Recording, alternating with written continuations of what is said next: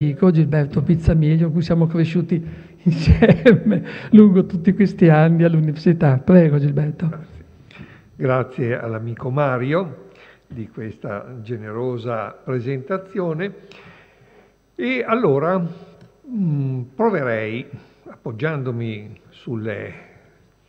una serie di citazioni da Tommaseo, a tracciare un minimo di rapporto, un minimo di quadro sul rapporto tra Tommaseo e l'immagine di Venezia di antico regime.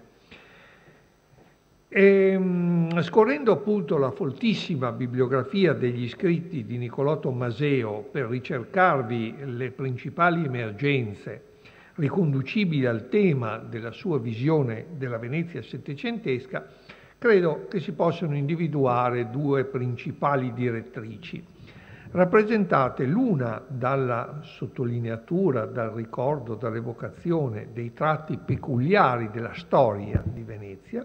e l'altra invece di carattere forse più letterario, concretizzata nella riproposta, nella lettura e nell'analisi dei suoi scrittori più significativi, legati appunto al Settecento. Va da sé che le due angolazioni quasi sempre finiscono per intrecciarsi e che la seconda, quella dell'analisi letteraria, prevale nettamente. E così sarà sia nella produzione del Tommaseo di mezza età, sia nella sua tarda produzione.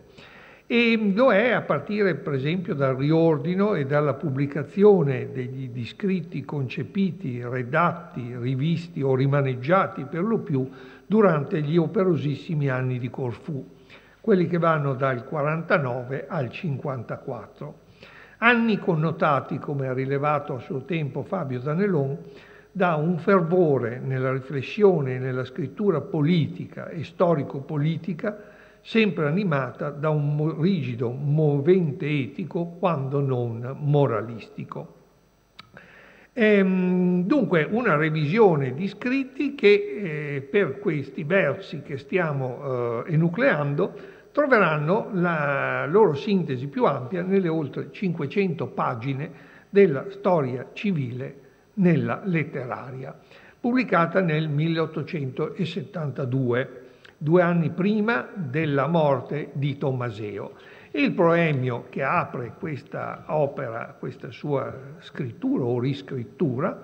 recita appunto quello che ogni letteratura e ogni civiltà nei migliori suoi tempi fa, e per istinto e di proposito deliberato, ma che nei tempi miseri smette, e lo smettere più o meno misura la miseria dei tempi, è ad i nostri sentito di maggiore importanza che mai. Dico, il non dividere verità da verità, disciplina da disciplina, istituzione da istituzione, dell'avvicinare le cose remote, del conciliare le cose avverse, dell'ordinare il tutto in armonia idealmente gradevole e praticamente efficace, che è un po' una summa della filosofia di Tommaseo. Poi il proemio va avanti per un'altra paginetta, dove fa una critica a Tiraboschi, e andiamo dentro nel Settecento allora, perché Tiraboschi tendeva a scindere la storia letteraria dalla storia sociale, che invece per Tommaseo la storia letteraria, bene considerata, è tutta civile. Come gli studi più astratti e le apparentemente più frivole opere dell'ingegno possano offrire al politico avveduto e a ogni cittadino pensante preziosa dovizia di storici documenti. E questo giustifica allora ai suoi occhi il fatto che la storia civile nella letteraria è una serie di saggi che trattano di Giambattista Vico, di Gasparo Gozzi, dell'abate Chiari, del gesuita Roberti, di Anton Maria Lornia, nell'intento di delineare, conclude il proemio, la storia intellettuale e morale d'Italia ed altre nazioni d'Europa per indiretto nel secolo precedente, che nel bene e nel male, il secolo precedente, è del nostro non piccola parte. Bene, qui siamo nel 1872 Però l'intreccio, la necessità dell'intreccio della storia civile con la letteratura si era già manifestato nel più politico forse degli scritti tommaseiani che ho preso in esame. Quello che ci riporta ancora a questo periodo, a quel 49, ma il 49 veneziano, il biennio 48-49, con le memorie storiche riguardanti Venezia negli anni 1848 e 1849. Momento centrale della vita di Tommaseo. La stesura di queste memorie, poi edite da Prunas nel Novecento, queste memorie risale, come è noto e per dichiarazione dell'autore stesso, al 1852. Scritto in Corfù, 3 anni circa dopo l'assedio di Venezia, riveduto in Torino per temperare o aggiungere qualcosa, rivedrò se tempo m'avanza. Non già che quanto alla verità dei fatti ci sia da ridire, ma per far meglio risaltare le scuse pensabili al male, al bene le debite lodi. Poi dice che non è da stampare il libro e così via. Bene, come si aprono queste memorie della vicenda della Repubblica di Tommaseo e di Manin del 48-49? Si aprono con 2 paginette estremamente utili per il nostro discorso, perché sono 2 paginette in cui Tommaseo ripercorre un attimo la storia di Venezia e le peculiarità di Venezia, e vi risuoneranno proprio tutte queste problematiche, queste categorie che ci siamo raccontati stamattina. Bene, allora la cosa migliore credo appunto che sia scorrere, seppur rapidamente, queste 2 paginette, dove Tommaseo comincia a dire, e sarebbe questo il versante storico a cui accennavo all'inizio, ecco, Tommaseo comincia a dire che i veneziani, schiatta delle più antiche e più italiane d'Italia, rifugitisi nelle lagune dalla confusione barbarica, raccostati e ragguagliati dalla sventura,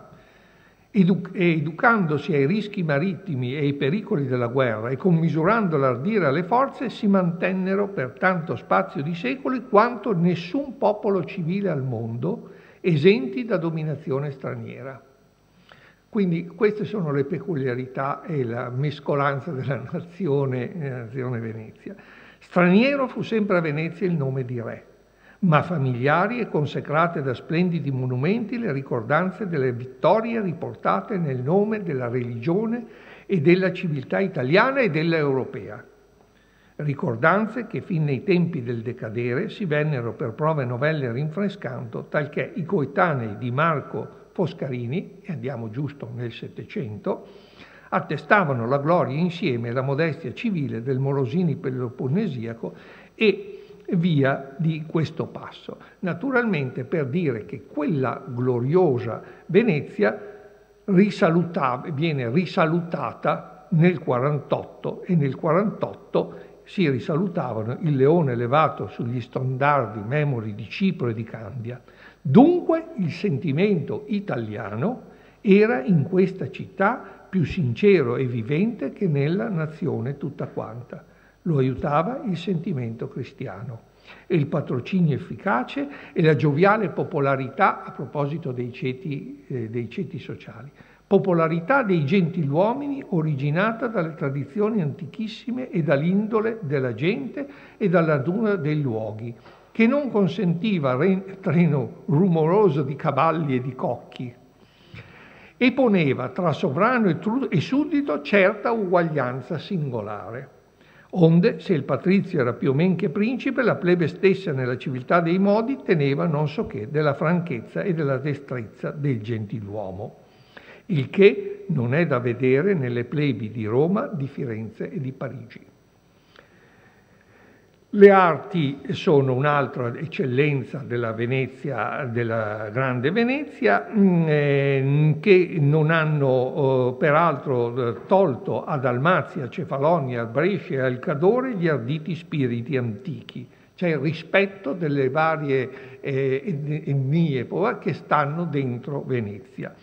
né dentro Venezia le abitudini oziose molli di taluni tra nobili e tra cittadini toglievano la maggior parte l'esercizio dell'arte marinaresca, della peschereccia e di quell'industria a Venezia proprie che domandano agilità con vigore. E poi, mutate le cose, il sopravvenire d'altri italiani da fuori, portando abitudini più rigide, rinfrescava la razza e ne riempiva i vani senza sformarne il rilievo. E questo è il motivo per cui, memore di questa tradizione, appena dopo Venezia è riuscita inopinatamente a rialzarsi e a resistere, seppure per un momento, sola, più lungamente che altre città e popoli più forti e più appariscenti in rimproveri e in vanti. E questo si è tramutato nonostante l'ignobile tradimento del Buonaparte, la caduta di Venezia, e nonostante questo ignobile tradimento volesse far perire questa città, e quindi un tradimento che ha fatto un'ulteriore ingiustizia, perché non era giusto che sì vil fine toccasse a una repubblica illustre per tanta ricchezza acquistata prodemente.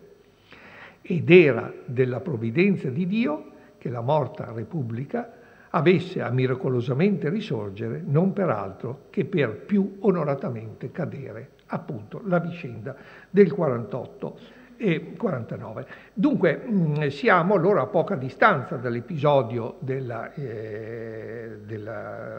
restaurazione della Repubblica di Venezia, e se queste considerazioni sono legate soprattutto alla immagine civile di Venezia politica,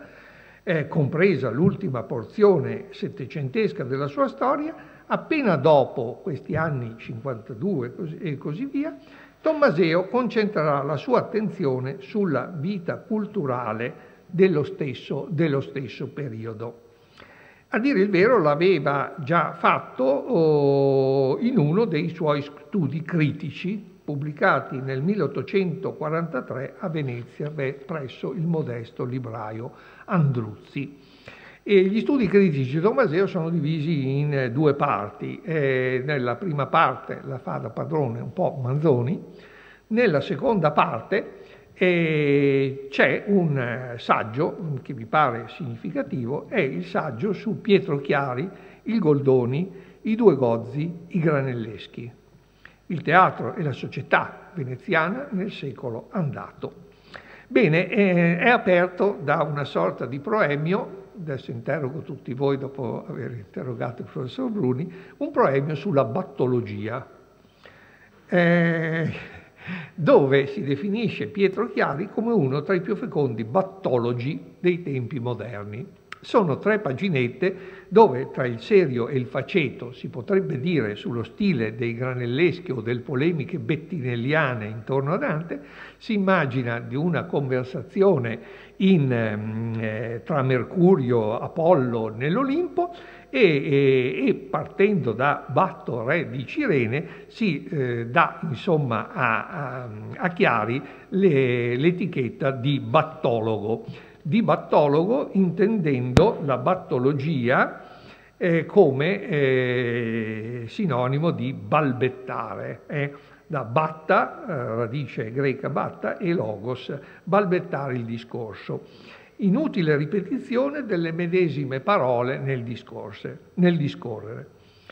E questo è appunto un segnale critico nei confronti della prosa e della produzione letteraria, soprattutto di Pietro Chiari. Ma al di là di questo, quello che interessa e mi pare importante è che in questo studio, il titolo ne aveva già dato ragione, in questo studio si viene a delineare proprio un quadro complessivo della vita letteraria e teatrale veneziana di metà Settecento, e quella vita si viene a congiungere appunto con la vita civile, a segnare l'eccezionalità di questa città e di questa società nella quale Tommaseo sottolinea la presenza della grande editoria, i librai, gli aspetti economici, commerciali, quanto costava un libro, quanto costava il teatro, il pubblico del teatro, anche vivacità forse eccessiva del pubblico teatrale, i teatri da commedia, il tutto a dimostrare una grande vitalità di ingegni e una comunanza di queste produzioni rispetto ai fruitori, rispetto al pubblico. Il saggio è piuttosto lungo, non sto naturalmente a citarne neanche per piccoli passi, se non per segnalare ancora che insiste Tommaseo su questo primato di Venezia. Venezia è prima cronologicamente in queste novità e anche per quantità, diciamo così. È prima per internazionalità. Leggevansi commedie francesi ed inglesi, v'erano dal 1754 miseri imitatori dello Shakespeare. Dall'imitazione incipiente sempre più i forzati caratteri teatrali. Non è tutto oro, c'è del bene, c'è del male in tutto questo, però magnificenza, la magnificenza degli spettacoli musicali, alla poesia alla musica nemico il ballo che richiedevasi 6 o 7 scene nuove, e l'opera 2, e il terzo più il vestiario, i palchetti animati, insomma la villeggiatura nel bene e nel male. E anche se appunto tutto questo non è tutto oro quello che riluce, però il luccichio c'è. E il Chiari e il Goldoni leggevano libri inglesi, e il Goldoni i viaggiatori inglesi cercava con affetto di stima. Venezia sulla fine del secolo simile a un grande albergo, e nella conversazione dell'Albrizzi furono contate una sera parlanti 20 lingue e 6 dialetti. Allora, in mezzo a questo si esaminano la produzione letteraria, teatrale di Chiari, non sempre per l'appunto lodandoli, si esaminano un po' tutte le polemiche, si mette in risalto come le produzioni di questi Goldoni, Gozzi, Chiari fossero recitate poi ben più in là della loro stessa vita, fino alla caduta della Repubblica. Allora, lo stesso saggio, privato del proemio battologico, diciamo così, e rivisto marginalmente con alcune correzioni stilistiche, ricomparirà modificato nel titolo, anche se per il resto il saggio resta immutato, e quindi potrebbe tranquillamente giustificare il vecchio sottotitolo, ricompare nel 1872 tra quelli inclusi della storia civile e nella letteraria, alla quale facevo cenno in partenza, e nella quale proprio i saggi ripresi dagli studi critici del 43 costituiscono l'asse portante. Qui il capitolo su Pietro Chiari è preceduto da un altro capitolo dedicato questa volta a Gaspare Gozzi, dove il Tommaseo settantenne viene a riproporre, quasi con lo stesso scarto temporale rispetto ai suoi primi interessi e alle sue prime produzioni relative a Gozzi, viene a riproporre un'ampia porzione della monumentale prefazione, 120-130 pagine, che 25 anni prima aveva proposto in apertura all'edizione da lui curata degli scritti di Gasparo Gozzi, 3 tomi, apparsi a Firenze dalle Monnier nel 49. E quindi c'è una fedeltà ideologica, una fedeltà della visione di Venezia e dei suoi letterati che dal Tommaseo degli anni 40 continua immutata fino quasi alla morte.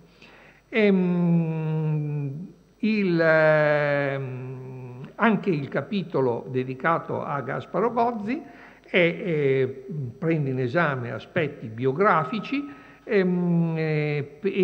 da lì però si dilata immediatamente a descrivere questa stessa società e questa stessa congrega culturale in cui era immerso anche Chiari. Solo che nei confronti di Gozzi Tommaseo non ha nessuna riserva, non ha altro che una straordinaria ammirazione rafforzata dalla viva partecipazione alla biografia di Gozzi, all'uomo di lettere che lavora, che fa i conti, che deve sopravvivere, che è infelice nella vita, che non conosce esili fuori dalla patria come Tommaseo, ma conosce delle sorte di segregazioni dovute proprio all'indigenza, alla fatica del vivere. Il tutto narrato con